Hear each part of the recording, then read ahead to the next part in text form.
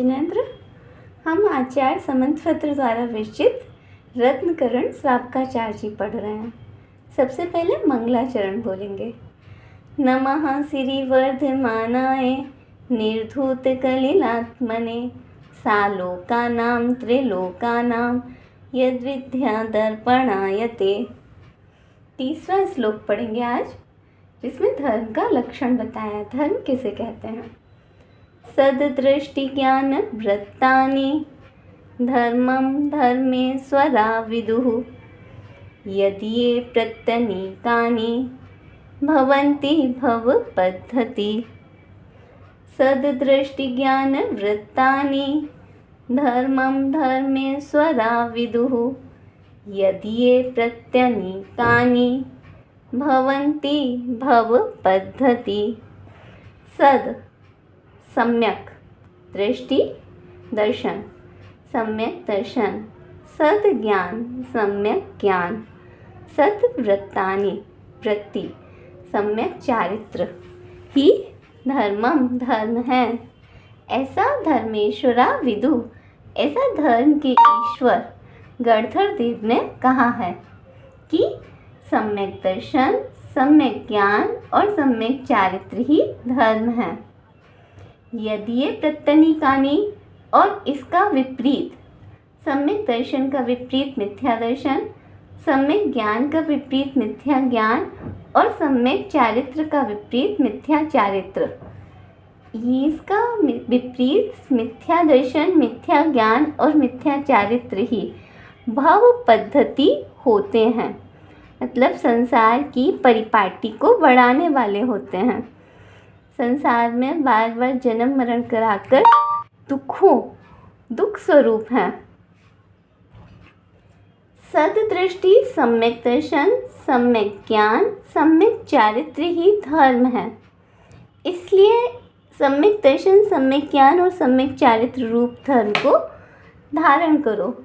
और मिथ्या दर्शन, मिथ्या ज्ञान और मिथ्या चारित्र, इनका विपरीत जो है वह भव पद्धति है, संसार की परिपाटी को बढ़ाने वाला होता है। इसलिए इसको छोड़ो। सद्दृष्टि, सम्यक दर्शन। तो आचार्य सम्यक दर्शन के स्वरूप को बता रहे हैं चौथे श्लोक में। श्रद्धानं परमार्थानां माप्तागम तपोभृतां त्रिमूढापोढमष्टांगं सम्यक् दर्शनमस्मयम्। श्रद्धानं परमार्थानां माप्तागम तपोभृतां त्रिमूढापोढमष्टांगं सम्यक् दर्शनमस्मयम्। श्रद्धानं, श्रद्धान करना, परमार्थाना, सच्चे, आप्त, आगम और तपोभृतां, 3 वर्ड हैं यहाँ पर। आप्त सच्चे देव, आगम सच्चे शास्त्र, तपोभृतां गुरु, सच्चे गुरु का। सच्चे देव, सच्चे शास्त्र और सच्चे गुरु का श्रद्धान करना ही सम्यक दर्शनम, सम्यक दर्शन है। और वह सम्यक दर्शन कैसे होता है? जो त्रिमूढापोढ़, 3 मूर्ताओं से रहित हो, अष्टांगम, 8 अंग सहित हो, और अस्मयम, इसमें मद को कहते हैं, जो 8 मद से रहित हो, वह सम्यक दर्शन है। परमार्थानां, सच्चे, आप्त देव, सच्चे शास्त्र और सच्चे गुरुओं का श्रद्धान करना ही सम्यक दर्शन है। वह सम्यक दर्शन 3 मूर्ताओं से रहित होता है, 8 अंग सहित होता है और 8 मद रहित होता है। सच्चे देव कौन है?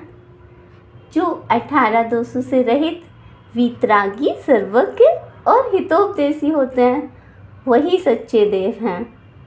सच्चे शास्त्र कौन से होते हैं?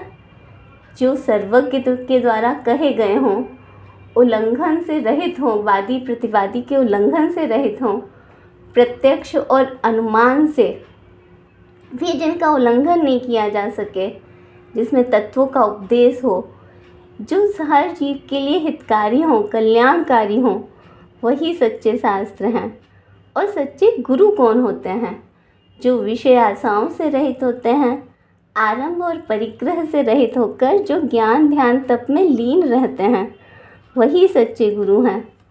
3 मूर्ताएं, लोक मूर्ता, देव मूर्ता और गुरु मूर्ता होती है, जो नहीं करनी चाहिए। 8 अंग, निसंकेत, निकांक्षित, निर्विचिकित्सा, अमूर्त दृष्टि और उपकुहन, स्थितिकरण, वात्सल्य और प्रभावना। इस तरह से ये 8 अंग होते हैं जिनको धारण करना है।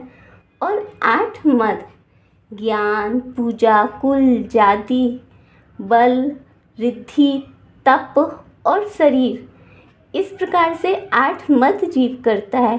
इन 8 मदों से रहित होगा तभी वह सम्यक दृष्टि होगा।